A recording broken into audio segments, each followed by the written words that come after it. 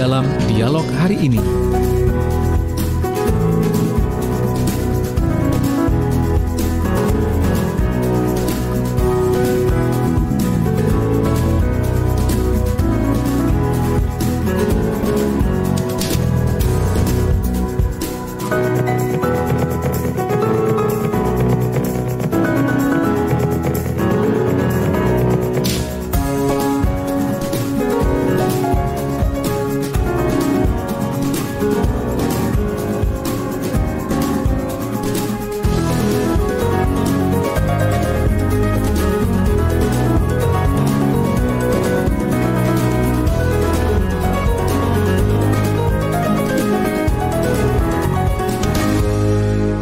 Assalamualaikum warahmatullahi wabarakatuh.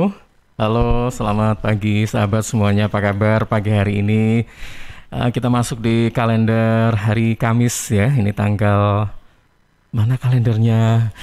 Selalu berubah posisi ya. Kemarin ganti bulan Juni. Ya kan, jadi agak bingung. Nah, sudah kelihatan bulan Agustus hari Kamis itu tanggal 5 ya, 5 Agustus 2021. Oke, kita nggak terasa sudah masuk di bulan Agustus dan sudah masuk di kalender yang kelima. Itu berarti tinggal beberapa saat lagi kita akan merayakan Hari Kemerdekaan RI ya. Dan tentunya mungkin di beberapa wilayah Anda saat ini sudah terlihat pernak-pernik dalam menyambut kemerdekaan RI gitu kan. Misalnya penjual bendera ya, kemudian penjual penjor ya, umbul-umbul yang semuanya berwarna merah putih ya. Atau mungkin juga di tempat Anda saat ini ada kegiatan bersih-bersih kampung ya, bersih-bersih tempat-tempat yang selama ini tidak pernah jadi fokus atau perhatian ya. Tempat-tempat yang sekiranya jarang dikunjungi orang. Nah, waktunya sekarang adalah kita untuk saling berinteraksi dengan satu sama lain, dengan tetangga dan sebagainya. Juga memasang bendera merah putih. Baik, dan tidak menutup kemungkinan nanti juga itu ada tumpengan atau makan-makan ya menjelang perayaan 17. Nah, kalau soal tumpengan atau makan-makan, ini saya kira ada korelasi ya dengan tema kita pada pagi hari ini dalam Business Talk ya, atau bincang-bincang bisnis bersama dengan Coach Humphrey Rusli dari Bara Coaching Indonesia. Ada apa sih pagi hari ini kita membicarakan tentang bisnis kuliner? Apakah tetap trenkah ya pada saat seperti ini, atau ini hanya bersifat temporal dalam arti mungkin setahun 2 tahun masih ada peluang untuk mendapatkan profit, tapi setelah itu orang akan beralih ke bisnis lainnya. Siapa tahu, ya kan? Tapi kalau soal makanan sepertinya nggak ada habisnya deh ya.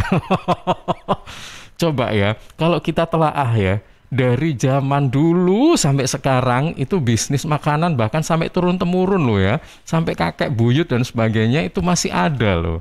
Iya kan? Itu berarti bisnis makanan ini saya kira everlasting ya. Tapi nanti kita tanya sama yang expert saja, sama Coach Humphrey Rusli. Baik sahabat, kita berada di Business Talk pagi hari ini. Hari Kamis 5 Agustus ya, tentang bisnis kuliner tetap trenkah bersama Coach Humphrey Rusli. Dan saya Ilham Dianta yang akan menemani Anda. Dan seperti biasanya program ini disiarkan secara serentak di RGR Tulungagung dan Ersal Nganjuk serta Praja Angkasa Trenggalek. Baik, saat ini kita sudah bersama dengan Coach Humphrey. Halo, selamat pagi Coach. Selamat pagi Mas Ilham. Pagi-pagi. Pagi-pagi yang kita bahas adalah tentang kuliner. Ya, sarapan Pak ya. Sarapan ya. Sarapan pagi itu biasanya kalau nggak pecel, rawon, atau yang ya begitu-begitulah gitu kan. Iya. Kalau orang Jawa, Surabaya itu biasanya begitu. Tapi kalau orang luar Jawa mungkin beda lagi gitu. Nah, ini kalau kita lihat flyer yang ada di sini, ini makanan siap saji semua ya Coach, gambarnya ya. Iya, iya, iya. Tapi memang ini deh, kalau sekarang itu memang dipilih yang praktis-praktisnya aja ya kan, nggak mau ribet, nggak mau Yes. apa kayak gitu. Nah, eh kita bicara soal bisnis kuliner tetap trenkah? Dari temanya saja sudah banyak pertanyaan-pertanyaan yang akan muncul. Nah, ini bisa dikasih penjelasan dulu terkait dengan hal ini, silakan, Coach Ya, Samfri. selamat pagi teman-teman, pendengar Suara Sidoarjo yang budiman. Thank you Mas Ilham, dikasih Mm-mm. pembukaan yang bagus ya, komplit ya. Jadi tren bisnis kuliner ini memang lagi bagus-bagusnya zaman pandemi ini karena Mm-mm. sebetulnya karena mereka banyak beralih ke sana, banyak bisnis yang beralih ke makanan ya, karena dianggap sebagai Mm-mm. produk yang nggak mungkin tidak dikonsumsi dan malah dibutuhkan, seperti napas ya, kaleng oksigen, ini semua jadi mahal sekarang ya, karena Mm-mm. kondisi seperti ini. Nah, by the way, apa sih yang membuat saya mengangkat topik ini? Yang pertama adalah begini, ini perlu diluruskan ya. Jadi hampir semua pebisnis yang saya tahu hanya merasa bisa bangga atau sukses itu kalau sudah merambah ke bisnis kuliner. Jadi itu pertama ya, konsep pertama yang paling sering dikatakan oleh teman-teman klien saya adalah, oh ya coach, kalau sudah punya bisnis kuliner itu rasanya piye gitu ya, karena sudah bisa, ya dimasukkan kuliner ini berarti dia restoran ya, punya resto, punya Mm-mm. punya depot, punya apa gitu yang bisa dibuat berjaringan gitu ya, jadi dibuat Mm-mm. berjaringan. Oke, jadi ini salah satu kayak semacam egonya pebisnis kalau sudah merasa sudah punya cukup uang, cukup sukses, maka dia harusnya merambah ke kuliner, gitu kan? Mau Mm-mm. bersaing dengan banyak orang, gitu ya, dan mau Mm-mm. dikenal ya, karena kalau misalkan orang punya, oh kamu tuh yang punya restonya A, oh kamu yang punya depot yang itu, oh kamu yang punya waralaba B, C, nah maka dia merasa kayak wow, gitu ya. Ini kesan pertama yang muncul dari para teman-teman pengusaha saya. Nggak semua sih, tapi lebih dari 50% ya, sekitar 10 tuh dapat 6 sampai 7 orang lah mikirnya seperti itu.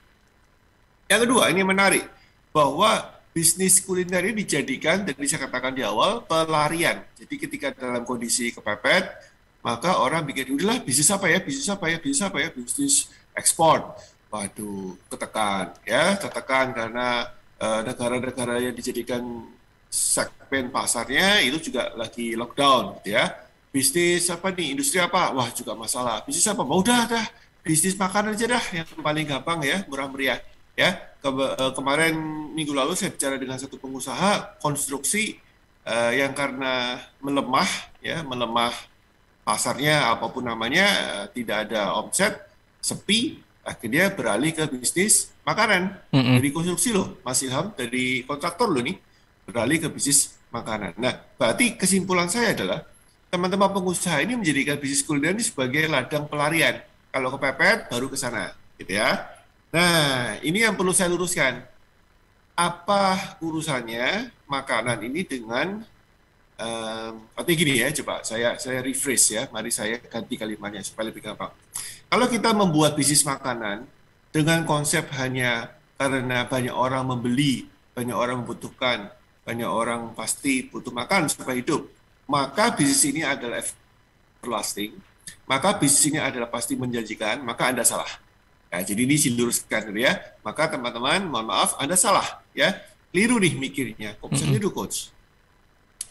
Karena bisnis makanan ini seperti bisnis pada lainnya, pondasinya harus benar dulu. Pola pikirnya harus sesuai. Parameternya harus cocok.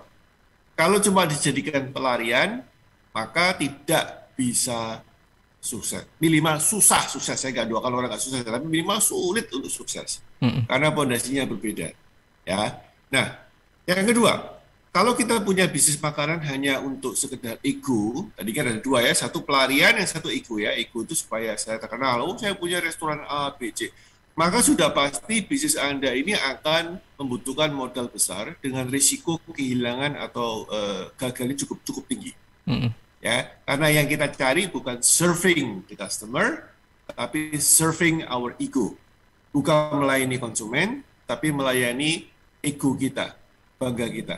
Maka Anda harus siap-siap modal besar, Anda harus siap-siap pun kehilangan modal besar.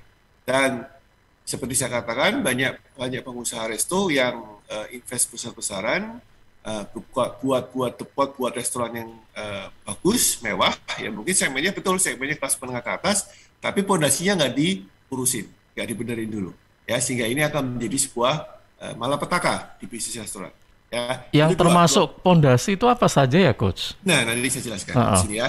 Jadi ada beberapa hal yang saya mau luruskan ini mumpung kita banyak di PPKM ini semuanya yang lagi naik sekarang adalah yang order melalui online ya. Order melalui online ini naik luar biasa sekali ya. Saya lagi kemarin cari datanya sebelum mau sharing tapi tidak ketemu datanya. Tapi dari beberapa informasi yang saya baca, artinya angkanya tidak ketemu. Tapi mereka mengatakan semua kalau cari di Google gitu ya, cari apa yang lagi tren ya, bisnis online karena itu semuanya dijelaskan semua di situ. Ternyata nggak ada angkanya, datanya persis, tapi sama-sama benang merahnya adalah satu. Semua yang sedang PPKM membutuhkan pelayanan yang sifatnya diantar ke rumah, termasuk dan yang paling utama adalah makanan. Gitu kan? Jadi ini adalah salah satu keputusan. Nah, sekarang mari kita bicara pondasinya. Apa sih pondasinya? Aku tadi mau pondasi terus apa? Jadi pertama, ya ini teman-teman yang mau beranjak ke bisnis kuliner, perhatikan kalau lagi nyetir, minggir sebentar, nyatet ya. Ini berdasarkan pengalaman saya mengcoach beberapa resto selama 10 tahun terakhir ini ya, resto, depot maupun bisnis kuliner. Pertama adalah bisnis kuliner adalah bisnis trust yang sangat tinggi. Jadi semua bisnis butuh trust itu kepercayaan ya. Tapi untuk kuliner butuh tinggi sekali. Jadi bukan sedang, bukan menengah, bukan cukup tinggi, tapi tinggi sekali. Trust ini kenapa? Karena ini makanan yang dimakan masuk ke dalam tubuh kita. Maka, fondasi pertama yang kita bisa bentuk adalah, are you trustable? Apakah Anda trustworthy tidak? Apakah Anda bisa dipercaya atau tidak? Jadi, fondasi bisnis makanan, kuliner adalah bisnis trust yang tinggi. No trust in business, no deal. Di dalam bisnis makanan, ekstrim sekali. I don't trust you, bahkan trustnya sedikit sekali, atau trustnya itu lumayan, I trust you sih ya, dibilang enak ya lumayan, tapi kalau tidak cukup tinggi, no deal, maka there is no business.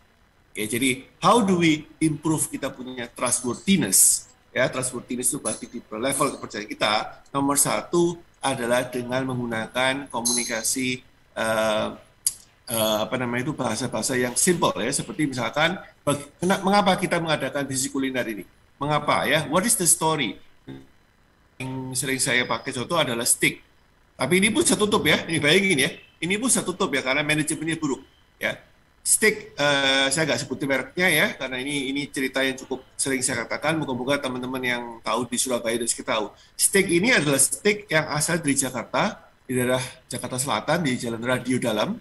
Itu kemudian berekspansi ke seluruh ke Jawa, terutama di Surabaya. Di kota lain saya nggak paham, tapi saya tahu di Jakarta Selatan, Radio Dalam jalannya, kemudian ke Surabaya. Nah, steak ini sebuah konsep yang sangat bagus sekali untuk dipetik hikmahnya, bagaimana menimbulkan trust.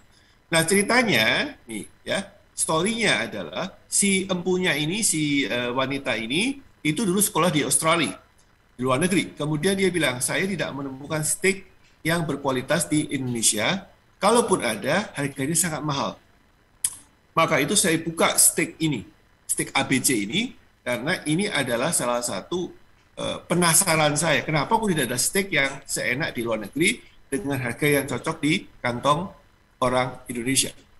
Nah, itu adalah langkah atau contoh bagaimana membangun trustworthiness. Jadi, satu adalah membuat cerita. What is your story behind the business? Ini Mas Ilham banyak yang tidak melakukan. Ya, begitu tanyain kenapa buka resto? Oh ya karena saya bisa masak. Urusannya apa?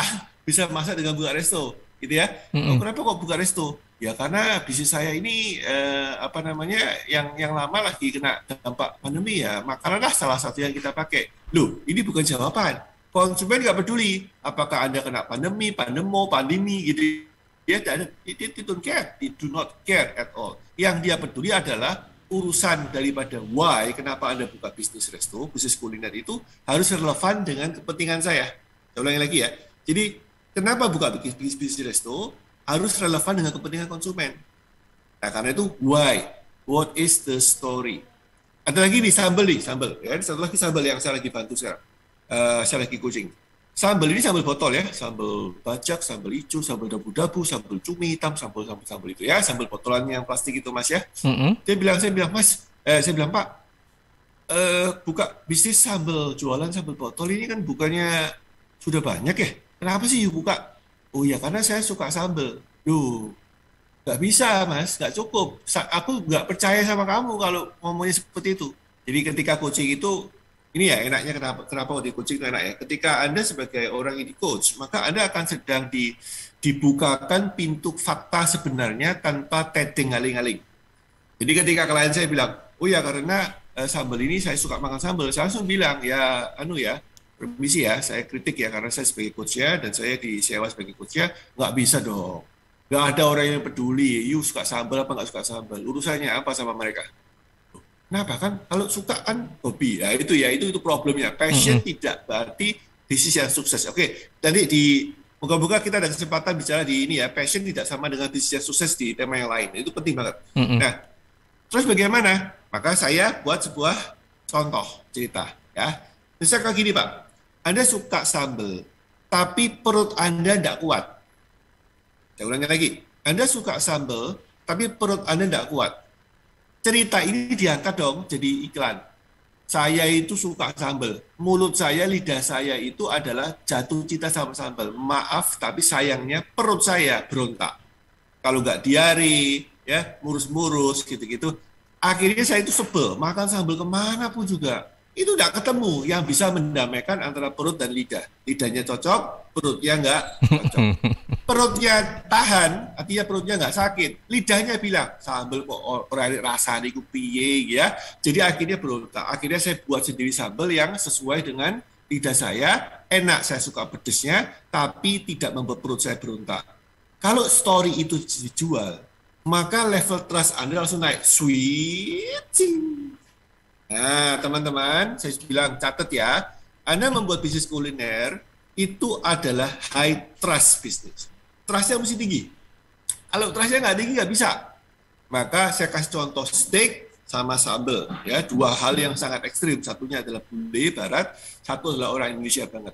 Ini kenapa saya ambil contoh ini? Karena ini fakta yang barusan saya bicarakan di klien saya. Dan barusan mereka lagi berpikir keras dan ini ada pertumbuhan yang luar biasa gara-gara membuat cerita.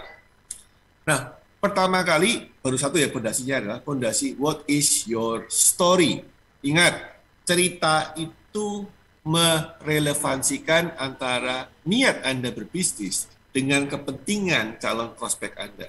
Harus relate, harus relevan. Jangan buat story yang sifatnya saya suka, so what, saya buat. Nah, itu kan anak kecil, Mas. Ya. Kenapa buat bisnis? Ya supaya saya cari cuan. Urusannya apa sama konsumen? Kenapa buat bisnis? Ya karena pandemi kontraktor saya, bisnis kontraktor saya sepi, gak ada yang bangun rumah. Loh lah urusannya apa sama konsumen? Ini kan sama-sama dengan orang ngotot mengatakan sesuatu yang konsumennya, yang orang lain nggak peduli gitu ya. Lah jangan dong. Itu fondasi pertama. Ya. Sekarang fondasi yang kedua. Yang kedua adalah ketika Anda mulai membuka, ini saya pernah diwawancara di sebuah podcast dan cukup ramai gitu ya. Tapi bukan podcast saya, podcast teman saya dan cukup ramai banyak yang menggunakan teknik ini. Yang kedua fondasinya adalah Anda perlu tahu bahwa di dalam bisnis resto Anda harus menemukan satu target, yaitu misalkan ini yang paling populer, yang paling gampang, 100 konsumen pertama Anda. Jangan fokus untuk menjual, menghitung omset dulu. No. Di bisnis lain mungkin bisa, ya kita fokusnya ke omset. Khusus di bisnis kuliner, Anda perlu menghitung berapa lama, berapa cepat Anda mencapai 100 konsumen berbayar Anda pertama kali. So that's the target ya. Jadi kalau kita bilang, what is the first goal coach kalau kita mau bisnis kuliner? Your first 100 paying customers. 100 konsumen berbayar Anda pertama. Kenapa 100? Kenapa nggak 200? Ini alasannya panjang. Tapi intinya adalah jika Anda bisa mengumpulkan 100 yang berbayar, maka dari 100 ini akan beranak pinak menjadi 500. Menjadi lebih dari 500 dalam waktu yang cukup singkat. Tapi kalau Anda tidak pernah berhasil mengumpulkan 100, ya yang beli cuma orang 20, 30, 20, 40, maka kemungkinan bisnis Anda langsung naik omsetnya atau mendapatkan breakthrough akan sulit sekali. Ya saya tidak tahu kenapa, tapi ketika saya review, saya cek, saya coaching, 100 ini angka keramat, Mas. 90, 100, Mm-mm. 110, wah itu angka keramat. Begitu Anda hit 100. Nah, sekarang gimana caranya Coach mendapatkan 100 customer pertama Anda? Nah, ini penting ya, penting perhatikan banget. Kalau Anda sudah siapkan story Anda, maka sekarang Anda harus menyiapkan sampling produk. Nah, ini kenapa kok saya bilang jangan fokus dulu ke apa tuh menjual ambience ya, kayak orang bilang, "Oh, saya itu punya bisnis itu nanti resto saya itu jadikan sebagai selfie spot, apa selfie spot tuh, wifi spot gitu ya, tempat orang foto-foto, terus suasananya enak ya, kemudian bisa candlelight dinner, bisa romantisme, Mm-mm. sungguh dulu. Bisnis makanan itu yang dijual makanan ya, bukan tetek bengek, itu nanti. Makanya saya bilang spending your money ke bisnis kuliner, terutama kalau Anda pemula ya, pemula belum beli bukan franchise, bukan bisnis kuliner beli franchise, bukan bukan berjaringan, itu lain, itu sudah level atas, sudah bisa juga. Tapi kalau belum pemula, you are a starter, you are a startup, maka fokus bisnis makanan adalah kualitas cita rasa dan konsistensi makanan. Ya, kualitas berarti bahan makanannya, cita rasa berarti taste-nya, dan konsistensinya harus stabil terus. Ya cuma tiga. Nah, untuk dapat your first 100 paying customers, maka your first job adalah memastikan spending you punya uang yang memang terbatas itu untuk menjadi tester. Kepada siapa? Mari kita breakdown. Jadi satu sini menjadi lingkungan yang kita bilang namanya ground zero dulu. Siapa? Keluarga dulu. Keluarga dulu. Anda kirim ke, moga-moga masih ada orang tua masih hidup gitu ya. Orang tua kita kirimin. Orang tua kita kan nggak beli kok. Sudahlah, kirim. Pak, Bu, maaf Pak, saya lagi bisnis resto, saya bisnis kuliner, ini tak kirimi. Tolong dikasih masukan, cocok apa enggak. Ya, kemudian teman Anda, sepupu Anda, SMA, Anda punya reuni, mantan Anda, mantan SMA, mantan kuliah, segala macam, kalau punya banyak mantan terutama ya. Kemudian teman-teman Anda, guru-guru Anda, teman kantor Anda, teman, whatever it is. Oke, kemudian pasangan Anda, jadi pasangan Anda punya teman, ya. Itu kita bilang namanya ground zero. Zero itu ground nol ya, tempat yang paling kecil di mana kita membuat tester. Tujuannya tester apa? Nah, ini banyak orang keliru, Mas. Ya. Banyak orang melakukan tester itu hanya untuk meminta pujian. No, Mm-mm. tujuan daripada tester adalah membangun trustworthiness Anda di level berikutnya. Setelah story-nya jelas, Anda buat trustworthiness. Maksudnya gimana, Coach? Ketika Anda kirim tester, Anda minta mereka nggak cuma pendapat saja, masukan kritikan, Anda sudah mulai memarketingkan konsep Anda. Contoh misalkan, Kak atau Sis, saya kirim ini, misalkan you kirim ke teman ya, Anda kirim ke teman ya, ini ya. Nah, tolong satu kasih masukan, itu penting. Kedua, ini saya jual dengan harga sekian, gitu ya. Menurut Anda apa yang perlu ditambahkan? Misalkan volumenya, misalkan rasa asinnya, manisnya, gurihnya, apapun juga lah ya. Kemudian bentuknya, kemudian packingnya. Jadi ada state harganya. Saya pasang harga 30.000. Wah, ya ora iso toh bro. Iki ketitikan loh volume nih. Oh gitu ya sis ya. Iya, sedikitan volumenya. Kalau 30.000 ya minimal ya 2 kali lipatnya lah. Oke. Jadi Anda mulai meningkatkan. Oke, bulan depan saya akan launching, saya akan naikkan 2 kali lipat volumenya. Gitu ya. Anda tak kirimi lagi sis. Oke, jadi ini adalah belum berbayar ya. Ini masih free, masih tester. Nah, demikian lakukan terus sampai Anda mendapatkan the right formula for you to serve your customer. Formula yang tepat untuk bisnis Anda, untuk customer Anda. Kemarin saya tanya sama istri saya, ada catering di Surabaya Timur. Ini loh harganya sekian, shop sekian. Orang nyucuk mahalan, gak worth it. Nah, ini saya bukan bilang bahwa bisnis itu jelek. Saya bilang bahwa saya sama minimal istri saya merasa itu bukan target saya, itu bukan, saya nggak akan beli di tempat itu. Kenapa ya? Pertama karena there is no story, dia nggak tahu story-nya apa, dan memang saya nggak lihat story-nya di mana-mana.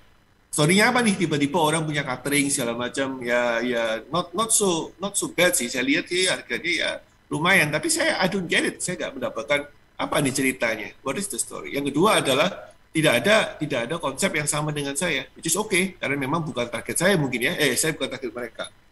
Nah, kalau Anda membuat ini menjadi clear, maka setiap target Anda itu mulai mengapresiasi effort Anda dan mulai merasa, worth it juga sih nyoba ini. Kalau sudah volumenya naik, boleh. Ingat ya, Anda mesti improve. You punya cita rasa, Anda mesti punya volume, Anda punya sesuatu yang mereka minta, yang memang sesuai dengan target market Anda. Nah, Anda mesti tentukan dulu siapa itu. Ya, kan selalu bilangnya zona 0, ground zero, kemudian zona 1, teman sekolah, teman sampai orang asing. Sampai orang asing itu maksudnya bukan bule, tapi teman-teman yang belum Anda, orang-orang yang belum Anda kenal, prospek Anda secara umum. Sorry. Ya, jadi itu adalah cara Anda meningkatkan trustworthiness. Level ketiga, dua adalah membuat tester. Yang ketiga, baru kemudian kita membuat sebuah penawaran. Boleh nggak kalau Anda bukan jualan ya, penawaran. Boleh nggak kalau Anda sharing ini ke Anda punya grup, misalkan grup WA atau ke media sosial gitu ya. Boleh nggak ya? Kalau mau, thank you banget, nanti saya kirimin lagi makanan. Nah, karena Anda menjual di lingkungan yang sangat-sangat dekat dengan Anda, maka kemungkinan besar mereka akan bilang, aku tak beli aja, jangan mau kirimin lagi. Jadi ya, aku tak beli aja, tidak apa-apa. Ingat ya, orang ini bukan beli karena sungkan, orang ini beli karena sudah tahu rasanya, sudah percaya cerita Anda, dan sudah cocok dengan peningkatan kualitas Anda. So, kalau ini direkam di YouTube kan, ulangi cerita ini, ulangi materi ini sampai Anda benar-benar khatam, sampai Anda benar-benar paham. Satu, what is my story? Ingat, story-nya tidak boleh sampai tidak relevan dengan konsumen, harus relevan. Kedua, Anda harus memulai dengan ground zero atau zona 0, zona 1, 2, 3 dan seterusnya yang membuat mereka merasa, ini orang lagi berusaha, ya. Minta mereka pendapat, jangan cuma minta pendapat, minta mereka juga untuk memberikan state, kalau saya harga ini saya jual, apa yang perlu saya tambahkan, apa sudah cukup atau sudah berlebihan. Kalau gini ya fair ya. Level fairness ini membuat mereka merasa trust you. Dan yang ketiga, buat penawaran. Tolong dong dibantu disebarin, nanti saya kirim lagi makanan ya. Dan akhirnya kita masuk level keempat di mana murni komersial, di mana mereka menjadi paying customer. Ya, itu artinya apa? Anda mulai buat penawaran yang sifatnya adalah mau nggak beli produk saya, ini harganya, no diskon ya, no diskon. There is no diskon. Jangan membuat diskon di awal untuk bisnis kuliner, ini juga salah satu taktik yang keliru.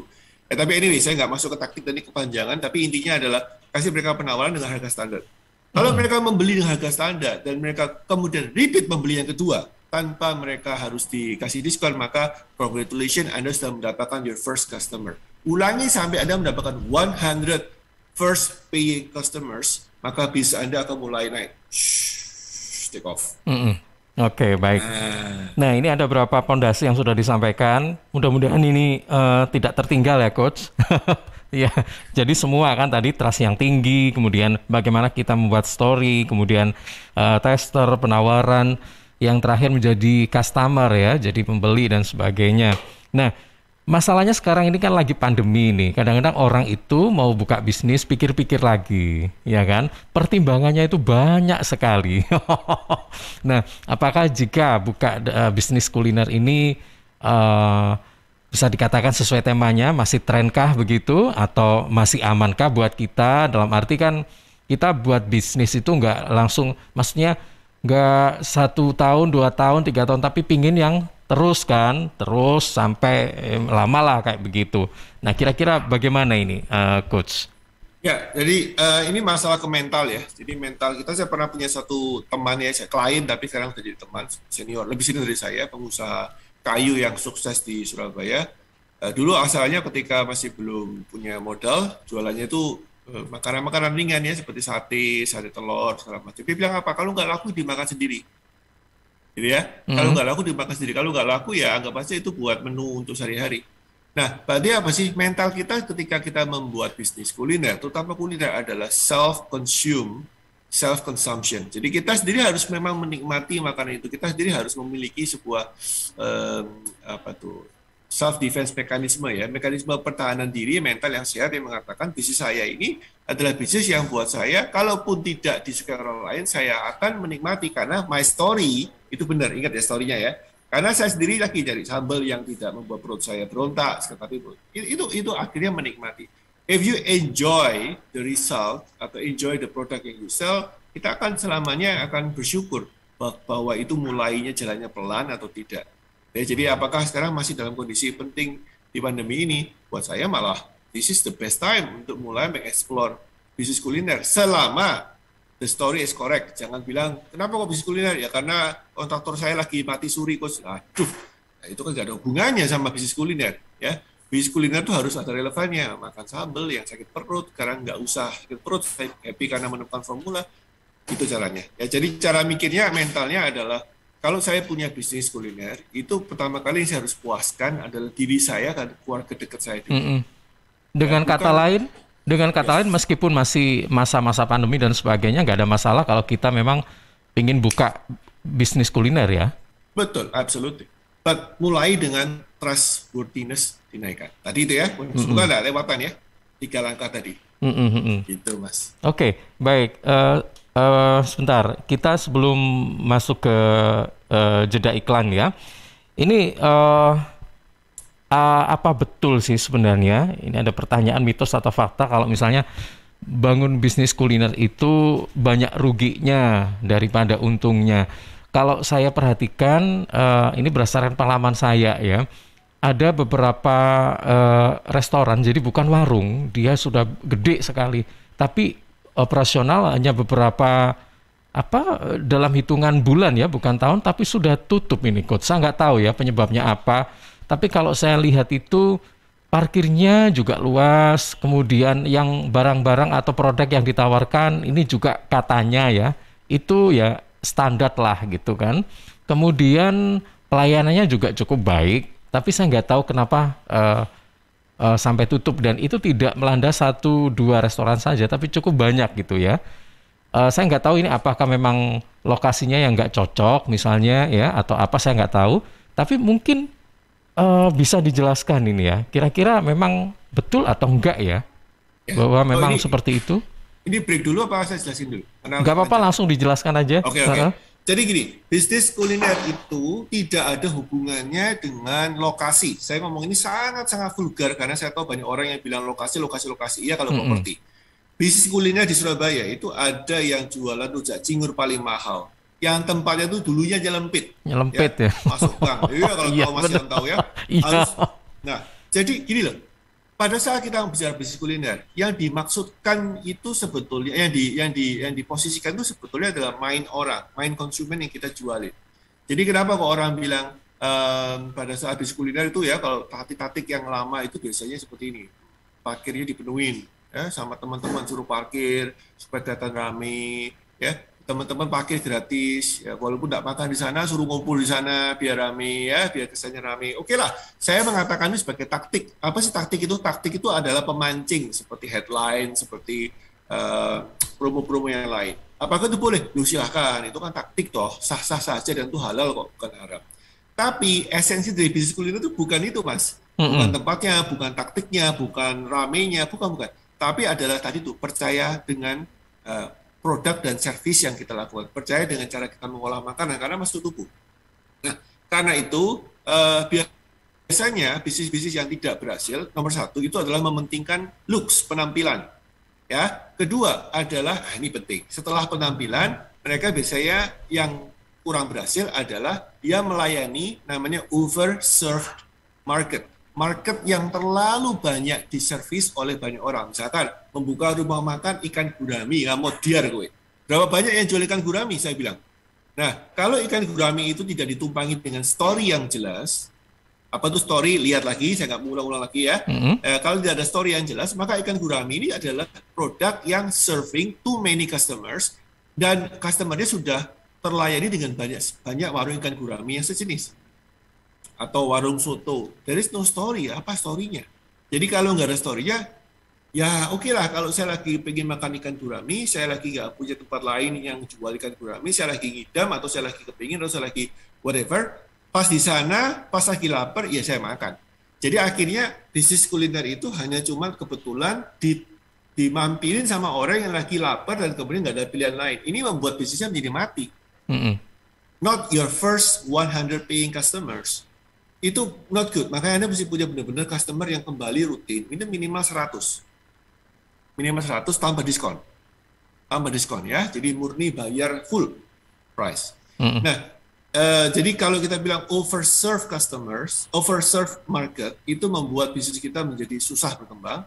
Yang kedua adalah salah paham, penempatannya adalah lebih karena looks ya, penampilan, kemudian dari sisi image-nya, ya itu penting, tapi bukan itu. Kalau kita sudah menjelaskan tadi yang saya jelaskan, fondasi sudah dapat semua, baru kita masuk ke taktiknya ya, buat rame, buat terang, buat segala macam, that's important, tapi not di depan. Jadi kalau saya boleh singkat penjelasannya, itu yang membuat bisnis kuliner pada tantangannya di situ, which is very tough. Ada lagi problem lain yang saya katakan tadi, steak yang bagus ceritanya, yang terkenal tapi suka bangkrut karena manajemennya kacau. Jadi ketika kita masak, manajemennya itu tidak boleh sampai mengganggu kualitas dan konsistensi pelayanannya. Nah kalau manajemennya berkelahi, kemudian salah manajemen uang, segala macam, ini sudah masuk ke technical bisnis, bukan masalah bisnis kuliner aja, tapi sudah masuk ke cara daerah kekuasaan bisnis pada umumnya, di mana bisnis apapun kalau masalah keuangannya kacau ya kacau gitu ya. Nah, jadi bisnis kuliner pada umumnya itu hanya bisa survive kalau tadi yang saya bilang fondasinya benar, dan yang kedua adalah fokusnya tepat di cita rasa, ke bahan baku, dan ke konsistensian setelah kita buat story, ya setelah kita clearkan. Gitu, Mas. Baik, Coach, nanti kita akan lanjutkan kembali obrolan kita pagi hari ini. Dan sahabat ya, kalau misalnya ada di antara Anda yang tertarik dengan tema kita pada pagi hari ini, bisnis kuliner tetap trenkah, ya? Mungkin Anda juga tertarik, ragu-ragu sebenarnya mau bangun bisnis apa sih? Saya itu tertarik dengan makanan dan sebagainya. Nah, mungkin ada beberapa hal yang membuat Anda ragu-ragu, silahkan ditanyakan saja. Nggak apa-apa ya. 031-896-1514 atau bisa juga melalui WA kami di 0811-309-1009 atau bisa juga Facebook kami ya. Banyak ini media sosial yang saat ini masih on dan bisa Anda manfaatkan untuk bertanya. Kami akan segera kembali.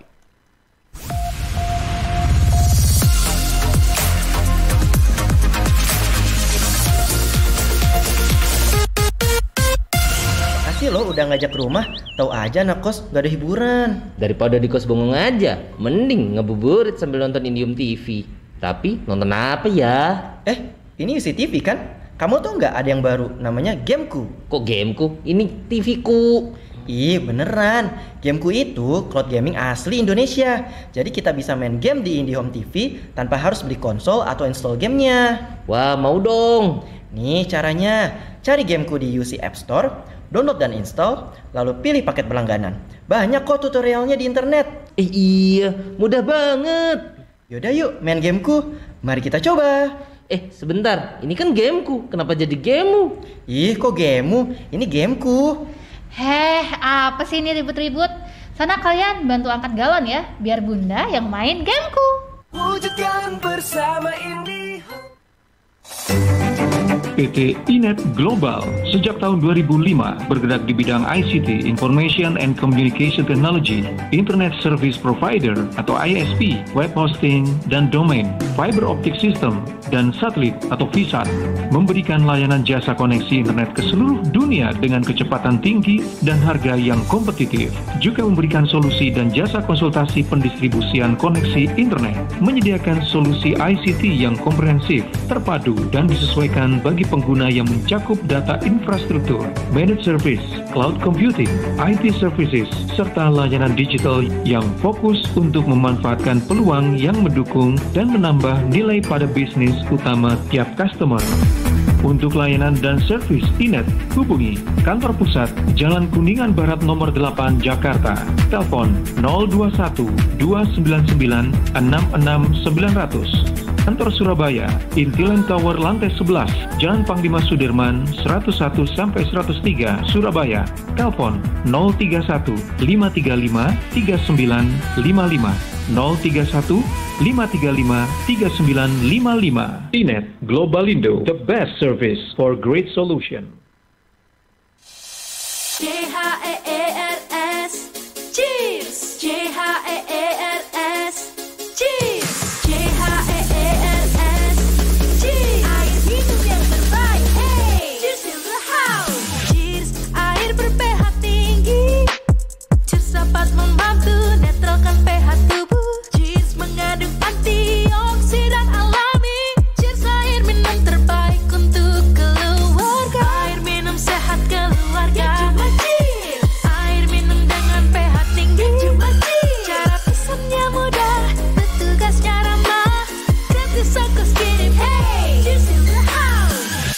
Untuk pemesanan via WhatsApp di nomor 087777243377. Gratis ongkos kirim. Cheers in the house. Untuk wilayah Sidoarjo dan sekitarnya bisa menghubungi Depo Candi di 0821 4225 6646 0821 4225 6646. Nganter kakek nenek vaksinasi COVID-19, cek! Hari ini kakek nenekku vaksinasi COVID-19 dosis pertama, guys. Mereka antusias banget. For your information, kenapa kakek nenek aku mau divaksinasi? Setelah aku jelasin, mereka rentan terpapar virus karena sudah lanjut usia. Nah, dengan vaksinasi, sistem imun mereka dapat melawan virus yang masuk ke dalam tubuh. Oke, lanjut guys. Sebelum divaksinasi, ada pemeriksaan sederhana dulu guys. Dan cek kondisi penyakit penyerta. Bersyukur kakek nenekku sehat dan siap divaksinasi. Nah, setelah disuntik vaksin, kita diminta menunggu diobservasi. Lagi-lagi aku bersyukur banget guys. Reaksinya cuma lapar dan ngantuk aja kata mereka. Yuk lindungi diri dan keluarga dari penularan COVID-19 supaya pandemi segera berakhir. Bye-bye. Dipersembahkan oleh Kementerian Kesehatan Republik Indonesia. Suara Sidoarjo, lembaga penyiaran publik lokal pemerintah Kabupaten Sidoarjo. Sahabat Universitas 17 Agustus 1945 Surabaya atau UNTAK, Surabaya, kampus swasta pertama dan terbaik di Jawa Timur. UNTAK Surabaya telah terakreditasi A oleh BAN PT, serta memiliki jenjang studi lengkap mulai dari D3, S1, S2, dan S3. Ada 7 fakultas dengan 6 prodi S2, Magister Administrasi Publik, Magister Ilmu Hukum, Magister Teknik Sipil, Magister Psikologi, Program Psikologi Profesi, dan Magister Manajemen yang sudah terakreditasi A. Untuk sahabat yang bekerja, UNTAK Surabaya menyediakan kelas sore.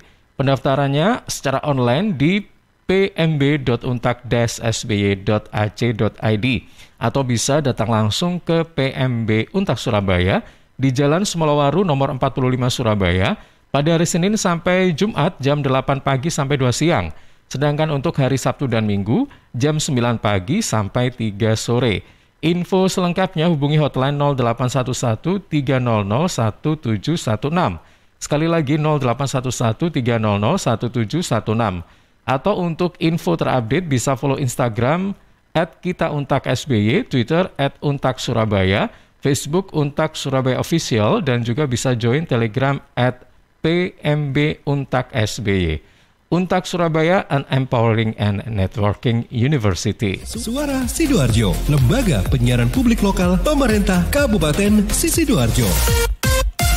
Sahabat, seiring bertambahnya usia, tubuh mulai bersifat asam atau asid sehingga mudah terserang penyakit. Karena itu segera perbaiki pola makan dan perbanyak asupan alkaline seperti mengonsumsi sayur, buah, dan Cheers Alkaline Power.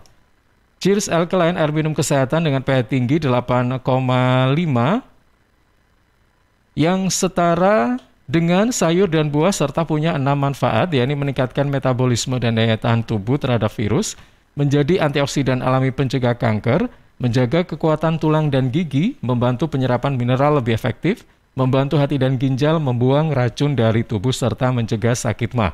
Info lengkap Cheers hubungi Sutrisno 0821 4225 6646. Sekali lagi 0821 4225 6646. Cheers Healthy Drinking Water. Suara Sidoarjo, lembaga penyiaran publik lokal pemerintah Kabupaten Sidoarjo.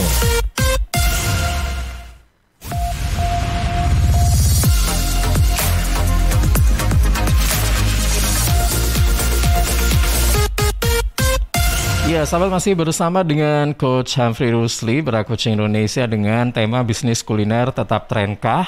Oke, Coach masih bersama kami ya? Halo. Oke. Siap. Baik. Ini ada 2 pertanyaan yang bisa langsung nanti direspon. Ada 5 sih, tapi 2 pertanyaan dulu ya. Yang pertama dari Ibu Sita yang ada di Sukodono. Sebenarnya patokan apa yang digunakan untuk menentukan rasa pada makanan? Apakah mengikuti resep seperti biasa atau mengikuti selera konsumen? Nah, ini kan kadang-kadang setiap daerah, setiap konsumen beda-beda ya. Kalau Itu mungkin jawabannya Jogja lebih manis kayak gitu-gitu. Iya, Nah, betul. kalau Surabaya mungkin lebih apa nggak tahu. Nah, kemudian yang kedua dari Bu Indri yang ada di Sidoarjo, bagaimana jika ingin memulai bisnis makanan dengan modal yang minim? Ini disebutkan di bawah 5 juta. Apakah perlu membangun gedung sendiri atau apa ini? Boleh nempel di rumah? Maksudnya memanfaatkan bagian rumah untuk bisnis mungkin begitu ya. Oke, silakan Coach. Yang pertama mungkin saya jawab langsung aja karena ini sangat relevan dengan tergantung dari kondisinya dan lokasinya ya. Iya. Kalau di mana Anda berada ya tolong respect you punya customer preference. Jadi konsumen kita itu adalah penentu yang terakhir, yang paling ultimate. The ultimate penentu itu ya konsumen kita. Ya jadi tolong di riset dulu. Yang disukai apa, tempat-tempat yang ramai seperti apa, makanan-makanan yang ramai seperti apa, Anda beli, Anda nyicip, dan Anda punya gambaran ya, oh ini yang ramai itu seperti ini, dan seterusnya. Oke, yang pertama. Yang kedua, nah ini loh Pak, salahnya loh saya bilang tadi, baru saya jelasin ya. Fokusnya makanan bisnis kuliner itu bukan ke modal untuk beli gedung, beli tempat, bukan. Kuliner itu bisnis trustworthiness ya, kepercayaan. Pertanyaannya saya, apakah Anda dipercaya apa tidak? Oleh siapa? Ya, apakah Anda dipercaya? Misalkan nama Anda si Anto, misalkan ya, namanya si Anto, misalkan. Si Anto itu bisnis gado-gado loh. Tenan dah, bisa masak sopo, enak apa ora? Gitu ya. Jawaban keraguan seperti ini harus dijawab dulu. Jangan pusingin tentang masalah lokasi saya di mana loh. Itu nanti urusan ke-8, ke-9 lah. Urusan pertama, 2, 3 itu urusin masalah apakah Anda dipercaya apa tidak. Nah kalau Anda sudah bilang, saya cuma punya uang budget 5 juta, saya ingin bisnis makanan dengan modal yang kecil. Efek daripada mengatakan ini, itu di telinga konsumen adalah Anda akan mengurangi kualitas makanan. Saya ulangi lagi ya. Efek di telinga konsumen, ketika Anda menjelaskan, saya hanya punya uang modal kecil, saya ingin beli makanan, saya ingin bikin bisnis makanan, saya ingin jual ke Anda, maka sudah hampir pasti Anda akan dicap sebagai, oh ini modalnya kecil, bahan makanannya ya asal-asalan ini. Ini ya, yang tersirat itu lebih powerful dari yang tersurat. Daripada Anda bilang modal saya cuma 5 juta, saya ingin membuka bisnis kuliner, kenapa nggak kita bilang, saya ingin membuat makanan yang paling enak, yang menurut saya belum ada, yang membuat seperti ini, dan cuma saya, karena saya kepingin, saya suka hobi ini. Again, that's your story. Ya. Jadi jangan bicara masalah bisnis kuliner itu seperti matematika di depan konsumen, dan di otak kita itu bikinnya adalah uang saya sekian. Loh, coach ngajarin bisnis, iya saya tahu, pada akhirnya harus dihitung lagi uangnya, ada apa enggak. But when you start kuliner, kelima kali ya saya katakan, mungkin ke-6 ya, di sesi 1 jam ini, itu bisnis trustworthiness level tinggi. Semua bisnis dilandasi oleh bisnis kepercayaan. Tapi untuk makanan, very high. Selevel dengan, ini hebat ya, selevel dengan dokter, selevel dengan rumah sakit, selevel dengan bisnis-bisnis yang kesehatan. Makanan itu di posisi di sana. Jadi bayangin kalau ada orang bilang, saya punya bisnis rumah sakit, tapi karena budget saya terbatas, ya udahlah saya pakai yang alat kadarnya, alat-alatnya dokternya juga seadanya aja. Mau datang nggak ada? Nggak mau kalau saya, mati aku, ya, mampus aku. Atau dokter bilang, ya saya sih belum lulus kedokteran sih, tapi saya sudah pernah nyembuhin pasien 1-2, sekarang saya buka praktek. Loh, medan apa? Nah, jadi level itu, makanan itu sama dengan buka praktek dokter, sama dengan bisnis kesehatan, sama dengan bisnis rumah sakit. Jangan main-main dengan level trustworthiness. Very high. On the top list. Ya, jadi untuk tadi yang tanya, cara mikir Anda berbahaya, Mas atau Mbak. Itu Mas atau Mbak ya? Mas. Ibu. Ibu, sorry Bu. Ya, maaf Bu. Jadi cara mikir Anda berbahaya Bu. Ini bukan masalah bisnis yang sifatnya matematika di depan. Ini adalah bisnis yang bersifat, Anda dipercaya apa enggak sih? Nah, supaya dipercaya bagaimana? Lihat lagi tadi. Ya, 3 tahap, 3 fondasi dan tahap yang saya ceritakan. Oke. Itu Mas. Baik, nggak usah mikir biaya apa, gedung dan sebagainya. Yang penting ada trust-nya dulu dari sisi makanannya dulu berarti ya Coach ya. Betul. Makanannya yang dibetulin dulu deh. Dibikin seperfect mungkin orang membutuhkan makanan itu di daerah itu, gitu kan. Tadi menyambung dengan pertanyaan nomor 1 karena kan jawabannya mengikuti konsumen ternyata ya. Ya. Iya kan? Dengan kata lain, kalau misalnya kita buka bisnis di Jogja, berarti taste-nya mungkin agak dimanisin karena mungkin di sana lebih suka yang manis misalnya, kayak gitu kan? Ya. Oke, baik. Betul. Ini ada 3 pertanyaan. Yang pertama dari Anissa Suko. Ini sepertinya hampir sama dengan pertanyaan dari Bu Indri tadi. Bagaimana ya Pak memulai bisnis kuliner dengan modal yang tidak seberapa besar? Dan kira-kira apa saja tips-tips bagi pebisnis pemula di bidang kuliner? Oh, ini bisa dijawab tips-tipsnya aja dulu ya bagi pebisnis pemula di bidang kuliner. Langsung mungkin Coach? Ya, waktunya mepet ya. Ya, langsung. Lagi ya. Cara mikir bisnis kuliner itu bukan cari untung di depan, ya, tapi Anda berbagi berkat di depan. Bisnis kuliner itu bagi-bagi berkat, bukan cari untung di depan, untungnya di belakang. Karena itu bisnis kuliner itu untungnya besar. Kalau sudah jalan, Anda punya marginnya tinggi, 70%, 80%. Marginnya tinggi, 70%, bayangin ya, bisnis makanan itu 70%. Itu yang share. Kalau bisnis Anda jualan hanya untuk margin cuma 20-30%, berarti you are in the wrong business. Anda bisnisnya salah. Ya, jadi trust-nya nggak ada di situ. Tipsnya bagaimana? Waduh ya, tipsnya banyak ya. Yang nomor 1 adalah konsistensi ya, masaknya yang benar, makanannya bagus ya, konsistennya dijaga, cerita Anda, pesan Anda disampaikan dengan baik. Jadi ini adalah tips yang paling dasar. Yang kedua adalah Anda punya network yang bagus ya, your first 100 paying customers. Customer 100 pertama Anda siapa? Buat list data siapa customer Anda yang pertama. 100. Kalau belum sampai 100 berarti Anda belum bisnis kuliner. Saya ulangi lagi.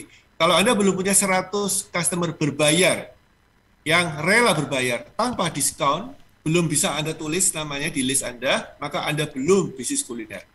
Camkan itu, Anda baru coba-coba, Anda dabbling. Dabbling itu berarti coba-coba ya, main-main air tapi nggak nyelam beneran. Gitu. Terus apa lagi tipsnya ya? Tipsnya adalah, medsos ya, media sosial optimalkan. Nanti habis ini saya ada pesan tentang media sosial, gimana cara meningkatkan omset melalui media sosial, ada kursusnya ya, terjangkau sekali harganya, Anda bisa ikutin. Tips yang lain berikutnya adalah kasih konsumen Anda itu sebuah alasan untuk mereferensikan Anda. Kasih mereka alasan, misalkan tanya pertama kali minta penawaran, buat penawaran, tolong dong di-sharingkan ke teman-teman, minta dong. Ya. Kemudian yang kedua, kasih mereka kesempatan untuk menjadi owner dari bisnis Anda. Dengan cara apa? Misalkan kalau Anda suka makanan ini, maka atas referensi dari tante saya, maka makanan ini saya pakai nama sesuai dengan tante saya. Bayangin ya, tante Anda namanya ada Tante Susi gitu ya. Kemudian Tante Susi, saya karena ini idenya dari Tante Susi, saya pakai judulnya adalah ayam goreng sushi, boleh nggak yang ini ya? Ini jadi khusus tipe makan ayam goreng. Oh ya boleh, bayangin ya, Tante Susinya kan bilang itu sushi itu aku yang ngomong ya, tapi pastikan enak ya supaya mereka. Oke, itu tips gampang yang bisa dijalankan. Iya, bukan sushi yang suka menenggelamkan. Lain. Iya. Yang kedua ini Ed Purwantia ya. Bagaimana ya Pak mempertahankan bisnis kuliner dengan tantangan di masa pandemi saat ini?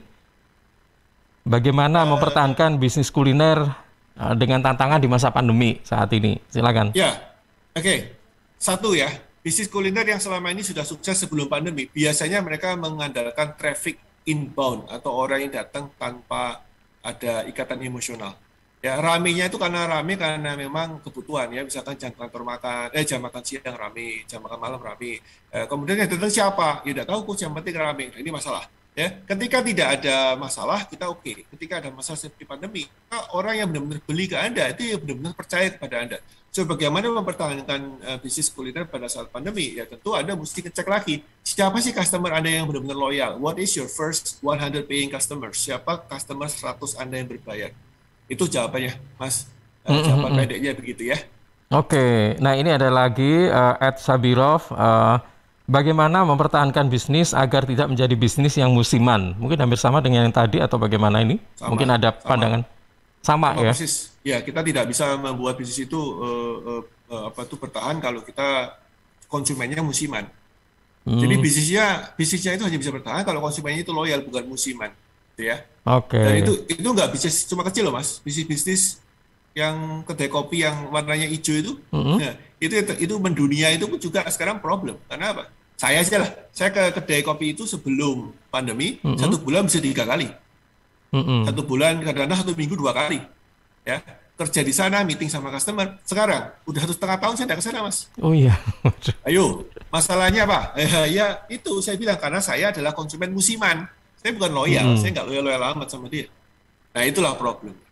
Oke, Mas, jadi satu informasi penting. Iya, yang tadi sempat tertinggal nih pelatihan melalui medsos ya tadi ya. Apa ini? Ya, jadi kita ada jadi teman saya, Coach Didi, ini coach spesialis di menjual di media sosial, akan menjelaskan bagaimana meledakkan omset, terutama kuliner ya, perhatikan, terutama kuliner melalui 3 media sosial. Ya, Anda bisa kontak ke 031 739 0666 ya, 031 739 0666. Anda akan tanya, Coach, Mbak atau Mas, saya mau tanya tentang pelatihan untuk meledakkan omset melalui 3 medsos. Ya, silakan telepon dulu, tanya dulu, nanti Anda bisa dipandu secara detail. Semoga bermanfaat, Mas Didi, Mas Didi, semoga Mas Ilham. Nanti semoga 1 jam ini bermanfaat. Baik. Kita ketemu minggu depan dengan topik yang berbeda. Oke, sukses, Coach. Selamat pagi. Terima kasih, selamat pagi.